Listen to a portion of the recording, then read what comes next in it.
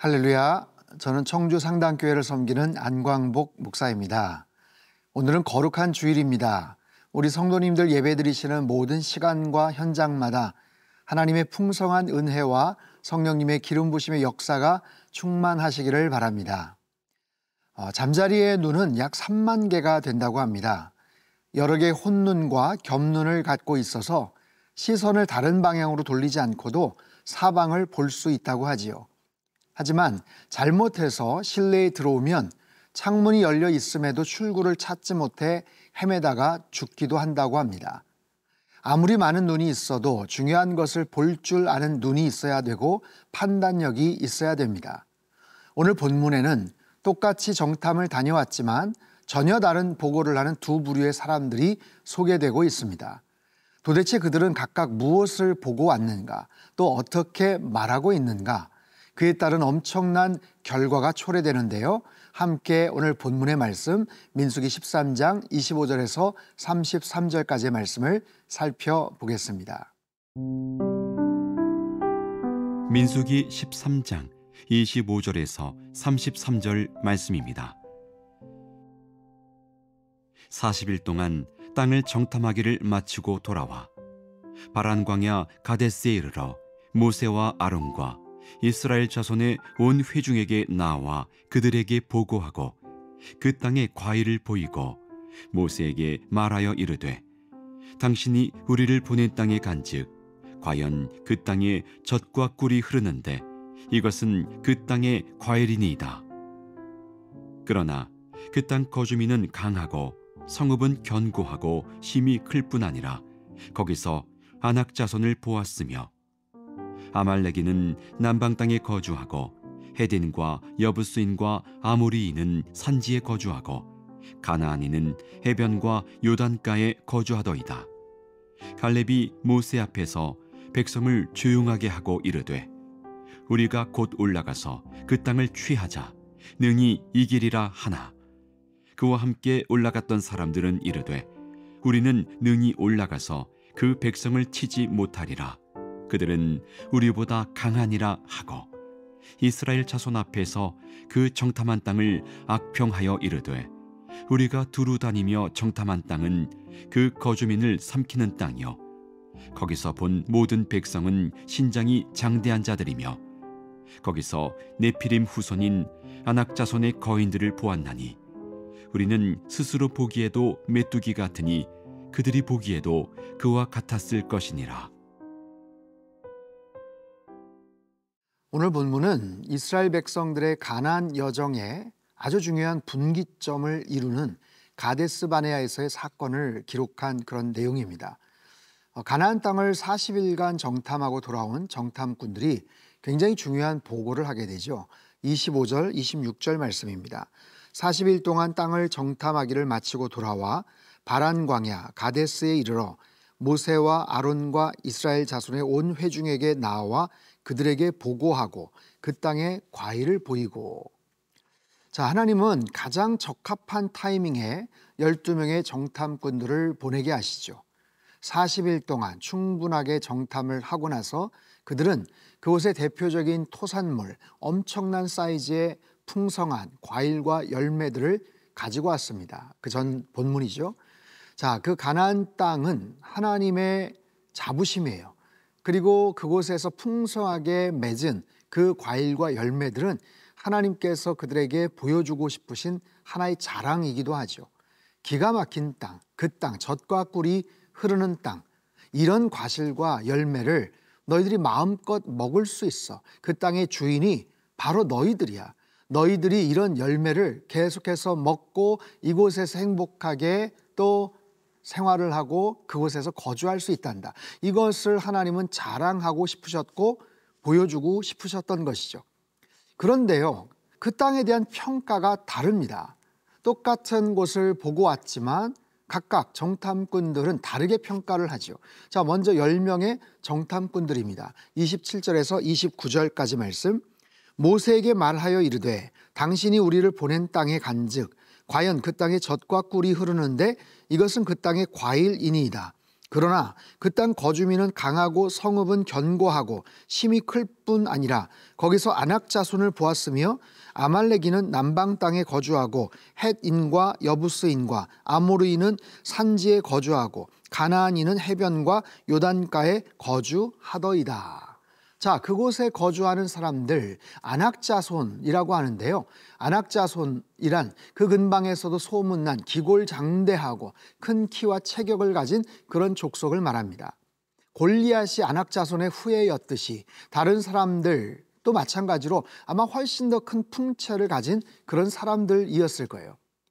그 오늘날에도 북부 유럽의 남성들 평균 키가 180을 훨씬 훌쩍 넘지 않습니까? 그에 반해서 남방아시아 지역 등을 보면 165, 160 이하로 떨어집니다. 자, 그런 사람들끼리 서로 운동 경기를 해야 된다. 만약에 전투를 해야 된다. 이건 뭐 엄청나게 불리하고 또 위축될 것이 틀림이 없습니다. 자, 부정적인 보고를 한 사람들은요, 그 땅이 좋다는 것도 보았고 그곳에 엄청난 과일과 풍족한 열매들도 보았습니다. 하지만 그들이 주로 본 것은 그 땅 사람들이죠. 거인 같은 사람들, 기골장대한 그곳의 사람들. 그러나 그에 반해 갈렙은 다른 이야기를 합니다. 30절 말씀, 갈렙이 모세 앞에서 백성을 조용하게 하고 이르되 우리가 곧 올라가서 그 땅을 취하자 능히 이기리라 하나.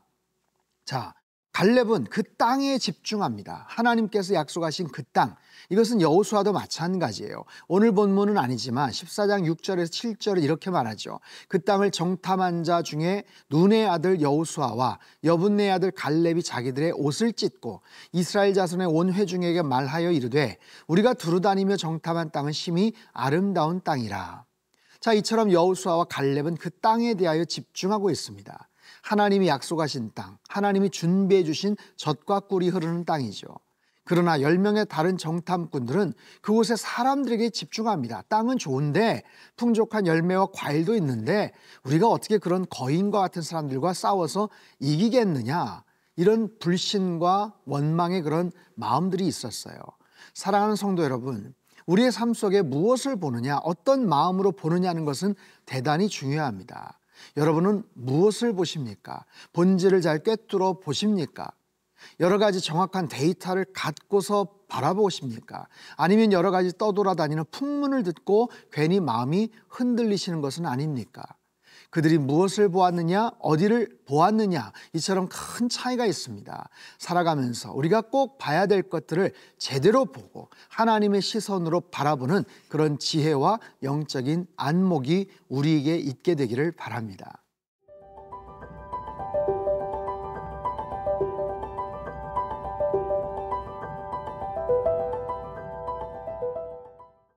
자, 무엇을 보느냐, 우리의 관점에 대한 이슈인 것 같지만 사실 그 이전에 더 중요한 것이 있죠. 관점보다 더 중요한 것은 우리의 생각이고 그 생각과 의도가 어떻게 생겼고 무엇에 기인했는지를 먼저 알아야 됩니다. 오늘 본문에도 가장 근본적인 배경에는 하나님의 말씀이 있었습니다. 하나님의 계획과 명령이 있었죠. 보십시오. 부정적인 보고를 했던 10명의 입에서는 단 한마디도 하나님에 대한 고백이나 언급이 없습니다. 이 일들은 하나님이 명하신 일이에요. 하나님의 말씀이에요. 하나님의 계획과 약속이에요. 그러나 10명의 정탐꾼들은 이러한 하나님에 대한 메시지에는 전혀 관심이 없었어요. 그에 반해서 여호수아와 갈렙은 이 모든 상황을 하나님의 관점으로 보았고 하나님의 인도하심 속에서 해석을 했다는 것이죠. 자, 오늘 본문은 아니지만 14장 8절과 9절 보면 여호와께서 우리를 기뻐하시면 우리를 그 땅으로 인도하여 들이시고 그 땅을 우리에게 주시리라. 이는 과연 젖과 꿀이 흐르는 땅이니라. 다만 여호와를 거역하지는 말라. 또 그 땅 백성을 두려워하지 말라. 그들은 우리의 먹이라. 그들의 보호자는 그들에게서 떠났고 여호와는 우리와 함께 하시느니라. 자, 여호와께서 우리를 기뻐하신다면 여호와께 거역하지 말아라. 여호와는 우리와 함께 하신다. 내 삶에 하나님에 대한 생각이나 정보나 말씀이나 거기에 대한 신뢰와 믿음이 있고 없고에 따라서 같은 상황이어도 다르게 본다라는 거예요. 그 상황에 대한 왜곡이 있다라는 거예요. 하나님을 생각하지 않던 그들은 그 땅에 있는 아낙 자손, 키 큰 사람들과 자신들을 비교하면서 자신들을 메뚜기처럼 보인다고 악평을 하죠. 반면 여호수아와 갈렙은 그들과 하나님을 비교합니다. 아무리 그들이 크고 힘이 세다고 해도 하나님이 우리와 함께 하시니 그들은 우리의 먹이다, 밥이다 라고 자신 있게 대답합니다. 가끔 저는 믿음이 약해서, 저는 믿음이 부족해서 이렇게 이야기하시는 분들이 계세요.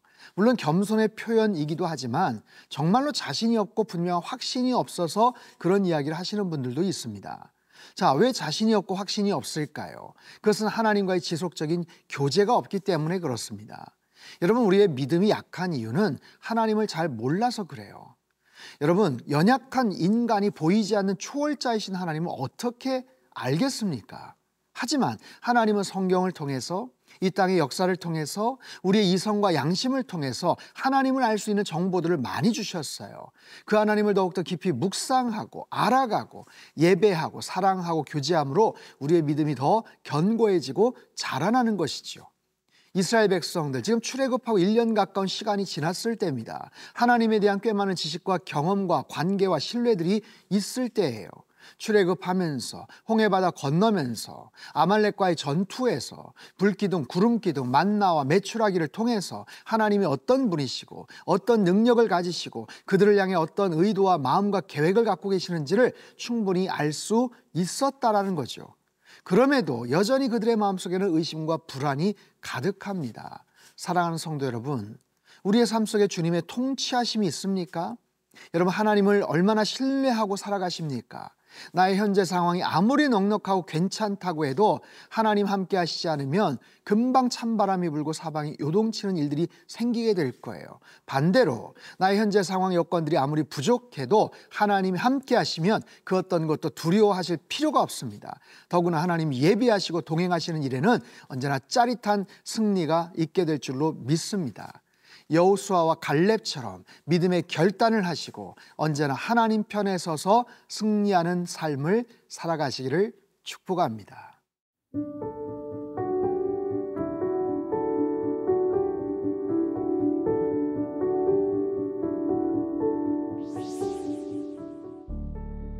살아계신 하나님 아버지, 세상에서 들려오는 수많은 소리들이 있습니다.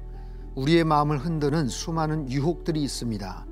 바쁘고 분주한 하루하루의 삶을 살아가지만 언제나 하나님의 음성을 들을 수 있는 귀를 주시고 믿음의 땅을 볼 수 있는 영안을 허락하여 주옵소서. 현실의 어려움 앞에서 두려워하지 않게 하시고 갈렙과 여호수아처럼 담대함을 지닌 믿음의 사람들 되게 축복하여 주옵소서.